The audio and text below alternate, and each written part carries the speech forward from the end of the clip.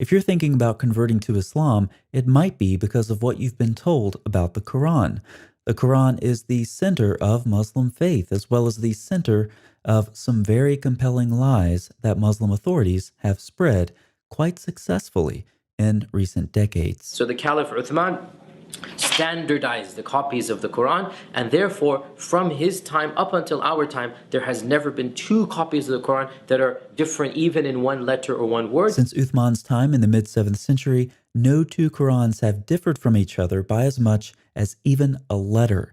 Now, first of all, that's a rather difficult claim to prove since we don't have any Qurans from Uthman's time to compare to. Muslim scholars have called this one of the greatest weaknesses of the Islamic world, and in the existing manuscripts of the Quran we do have, we see numerous textual variations, as well as erasures, tapings, and other forms of correction. So if we don't have any complete Qurans from Uthman's time, and if we observe variants and corrections in the manuscripts we do have, just like any other manuscripts preserved by hand copying, why do we hear claims like this? From his time up until our time, there has never been two copies of the Quran that are different even in one letter or one word. The idea is to convince you that the Quran has been perfectly preserved to the letter.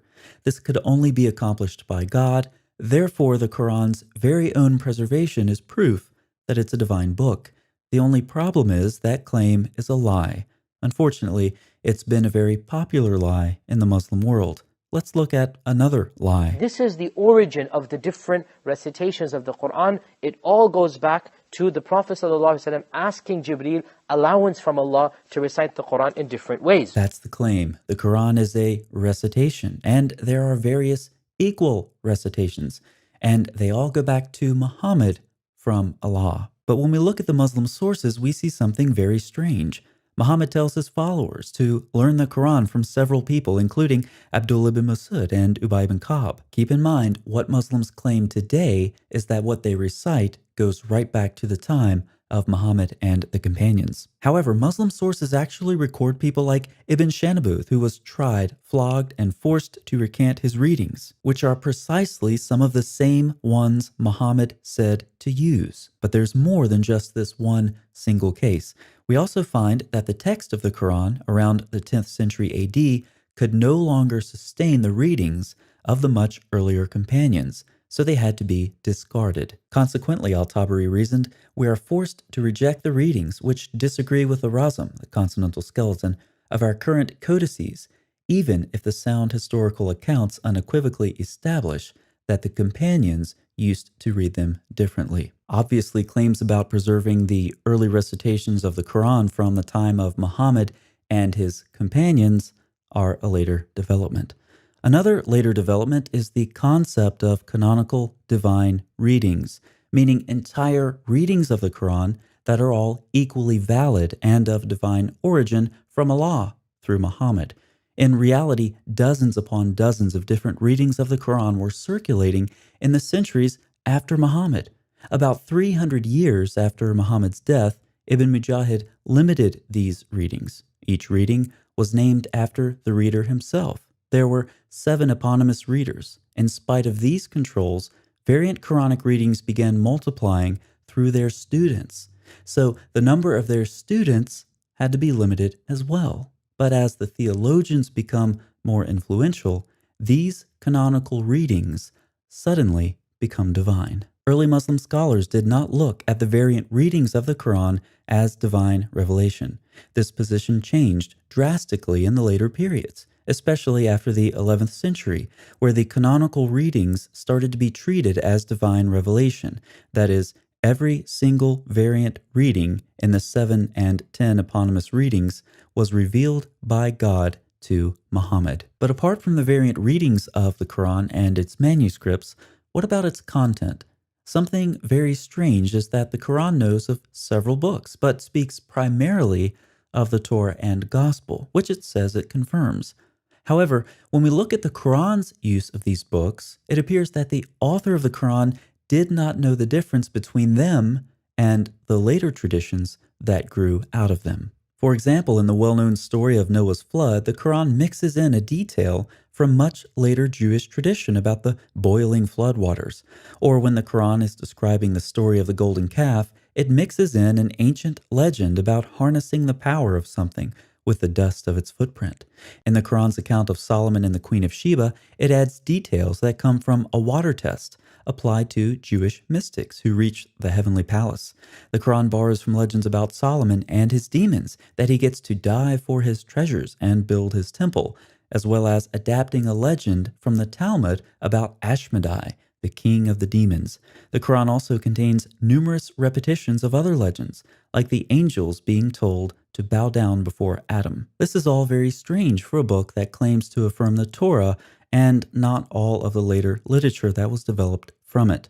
When it comes to the Gospel, the Quran actually contradicts the New Testament, while it borrows from stories written much later. This is why we see the Quran repeating strange stories about Mary living in the temple, Jesus speaking from his cradle, or making birds out of clay. But aside from the text, variant readings, and content of the Quran, Muslims claim that the Quran's divine origin is apparent if read in Arabic.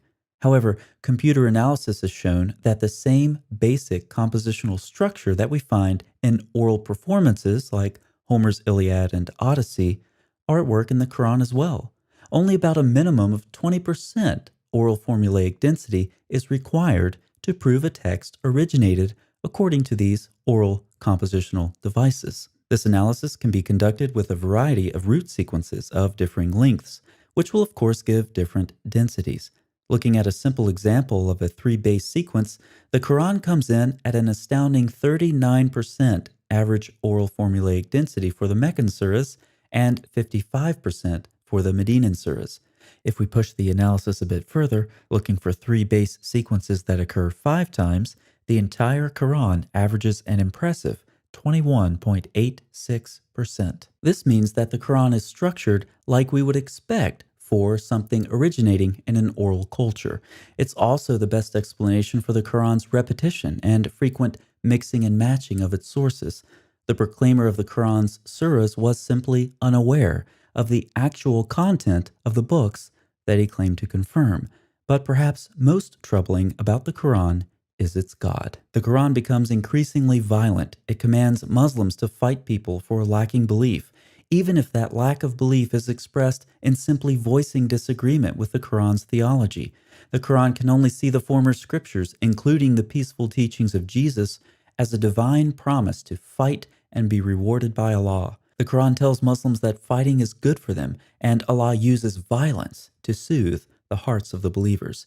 This is Allah's destiny for believers, in whose souls He has instilled depravity. But it's only in the afterlife, a place completely constructed by Allah, that we get to see His true character. Allah is very concerned for the men of paradise. They are assured that there will be virgins waiting for them who have eyes only for them. The women will be physically appealing with large breasts. These women will be confined in their tents, waiting for the men to come visit them. In fact, in a lengthy description of paradise in Surah 55, Allah lays out His eternal plan for Muslim men in increasing detail. The women's beauty and virginity is stressed, as is their ready availability for the men. One can imagine the original male audience of this surah being delighted in hearing these words, while the women wonder why their function in paradise is to serve the fantasies of lustful men. In this video, I've talked about the text of the Quran, its variant readings, its content, its supposed divine origin, and its God. But if you're still thinking about converting, maybe that's because you've been told that there were other good reasons to believe in Islam. If that's the case, you'll definitely want to check out this video by David Wood, where he shows what happens when you take a closer look at other so-called evidence for Islam.